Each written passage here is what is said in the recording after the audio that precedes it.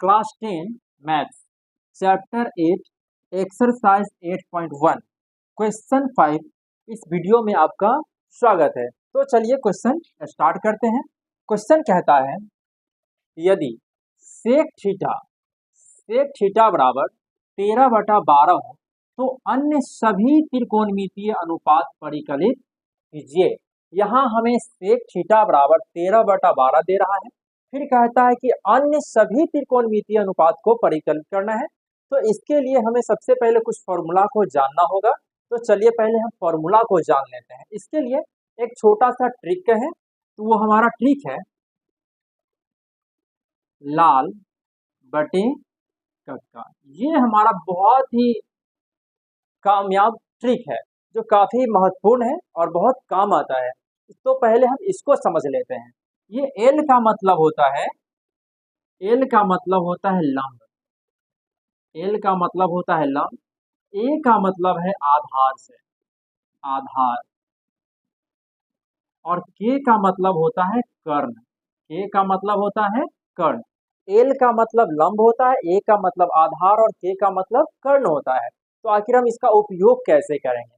तो जहां ये एल लिखा हुआ है, ये जो एल है, ये हम साइन थीटा एस आई, ये हमारा साइन थीटा हो गया। जहां ए है इसको हम कॉस थीटा के लिए उपयोग करेंगे, और फिर ये एल है तो इसको हम टैन थीटा के लिए उपयोग करेंगे, टैन थीटा के लिए। और ये नीचे फिर हम कॉट थीटा, फिर ये हो जाता है सेक थीटा, और ये हो जाता है कॉसेक थीटा। अर्थात इससे अब फॉर्मूला कैसे बना? तो जब हमें साइन थीटा के लिए लिखना होगा तो ये साइन थीटा बराबर हो जाएगा एल बटा के, अर्थात लंब बटा कर्ण। फिर इसी प्रकार जब हमें कॉस थीटा लिखना हो जाएगा तो कॉस थीटा आधार बटा कर्ण, चूंकि कॉस के सामने ए बटा के है, ये हो जाएगा आधार बटा कर्ण। फिर यहाँ टैन है तो टैन थीटा बराबर हो जाता है टैन थीटा बराबर एल बटा ए, मतलब लंब बटा आधार।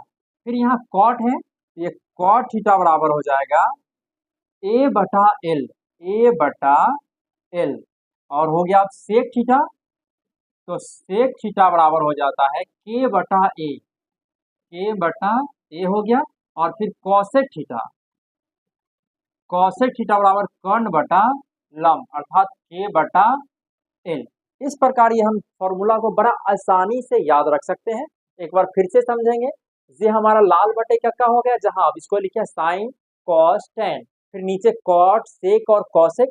जब हमें फॉर्मूला लिखना होगा तो साइन थीटा बराबर लंब बटा कर्ण हो जाएगा, यहाँ साइन थीटा लंब बटा कर्ण, फिर कॉस के सामने ए बटा के तो आधार बटा कर्ण हो गया।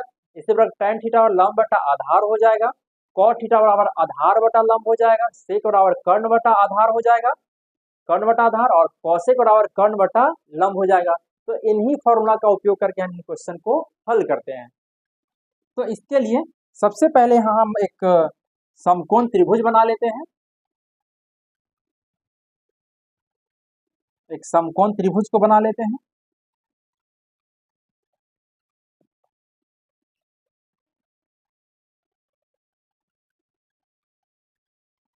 हम एक समकोण त्रिभुज ले लिए और हम जानते हैं यहाँ सेक थीटा दे रहा है,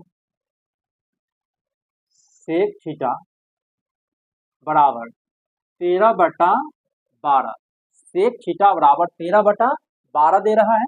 यहाँ जो हमारे थीटा है ये मुख्य कोण है। जिस प्रकार आपके घर का कोई मुखिया होता है जो मुख्य होता है घर का, वैसे ही ये हमारे समकोण त्रिभुज का मुख्य कोण है। तो मान लेते हैं कि यहाँ ये थीटा है, ये हमारा थीटा, ये हमारा मुख्य कोण हो गया। यही सब कुछ भुजा को निर्धारित करेगा। और हम यह जानते हैं कि थीटा जो मुख्य कोण होता है उसके ठीक सामने वाला जो भुजा होता है वो लंब होता है, वो लंब होता है। और ठीक उसके नीचे वो आधार हो जाता है, आधार हो गया। और ये हमारा कर्ण हो गया। कर्ण अपरिवर्तित, कर्ण नहीं बदलता है, सिर्फ लंब और आधार बदल सकता है जब हमारा कोण बदलेगा। यदि कोण ऊपर चला जाता तो ये लंब हो जाता और ये आधार हो जाता। तो यहाँ सेक थीटा बराबर 13/12 दे रहा है। हम जानते हैं कि सेक थीटा बराबर कर्ण बटा आधार होता है। सेक थीटा बराबर कर्ण बटा, सेक थीटा बराबर कर्ण बटा आधार होता है। कर्ण बटा आधार होता है। यहाँ जो कर्ण का मान है वो 13 दिया है। कर्ण का मान जो दिया है वो 13 दिया है, तो यहाँ हम 13 लिख लेते हैं। ये हमारा 13 हो गया। आधार 12 होता है, ये आधार 12 हो गया। आधार 12 हो गया। अब हमें कर्ण ज्ञात है, आधार ज्ञात है, लेकिन लंब ज्ञात नहीं है। तो इसके लिए सबसे पहले हम फॉर्मूला का उपयोग करके लंब का मान निकालेंगे। तो हम जानते हैं कि लंब बराबर होता है रूट अंडर कर्ण का स्क्वायर माइनस आधार का स्क्वायर। कर्ण का स्क्वायर माइनस आधार का स्क्वायर।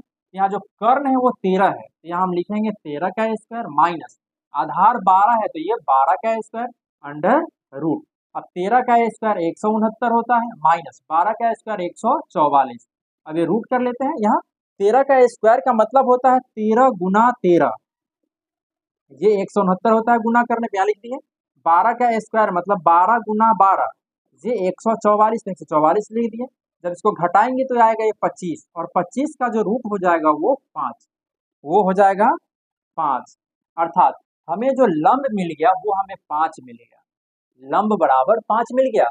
अब हम यहाँ लंब, आधार और कर्ण सभी ज्ञात हो गया है। तो कहता है क्वेश्चन में कि अन्य सभी त्रिकोणमितीय अनुपात को ज्ञात करें। तो अब हम जो सेक तो दिया है, बच गया कौन, साइन, कॉस, टैन, कॉट और कॉसेक। इन सभी का मान लिख लेते हैं। तो सबसे पहले हम लिखते हैं साइन थीटा का। साइन थीटा बराबर होता है लंब बटा कर्ण, अर्थात एल बटा के। ये लंब बटा कर्ण, तो लंब हो गया 5 बटा कर्ण हो गया हमारा 13, तो यहाँ हम 13 लिखेंगे। साइन हो गया। अब कॉस थीटा का मान लिखेंगे। कॉस थीटा बराबर होता है आधार बटा कर्ण। कॉस थीटा बराबर होता है आधार बटा कर्ण। यहाँ आधार हमारा हो गया 12 और बटा कर्ण हो गया 13, तो यहाँ लिखेंगे 13। अब हमें चाहिए टैन थीटा का मान। टैन थीटा बराबर होता है लंब बटा आधार, अर्थात एल बटा ए, लंब बटा आधार। तो हमारा जो लंब हो गया वो 5 हो गया, बटा जो आधार है वो हमारा 12 है, यहाँ 12 लिखेंगे। अब हम कॉट का मान लिखेंगे। कॉट थीटा बराबर होता है आधार बटा लंब, तो आधार हमारा 12 है, तो यहाँ 12 लिखेंगे, बटा जो लंब है वो 5 है, तो यहाँ 5 लिखेंगे। अब हमें बच गया कॉसेक, तो कॉसेक का मान लिख लेते हैं। कॉसेक थीटा बराबर कर्ण बटा लंब, तो जो कर्ण का मान दिया है वो 13 है, यहाँ 13 लिखेंगे, बटा लंब का जो मान है वो 5 है, तो यहाँ हम 5 लिखेंगे। इस प्रकार ये हमारा आंसर हो गया। तो ये था हमारा सॉल्यूशन। तो फ्रेंड्स, यदि हमारा वीडियो पसंद आता है तो मेरे चैनल को लाइक करें, सब्सक्राइब करें, कमेंट करें, अपने दोस्तों से शेयर करना नहीं भूलेंगे। थैंक यू, धन्यवाद।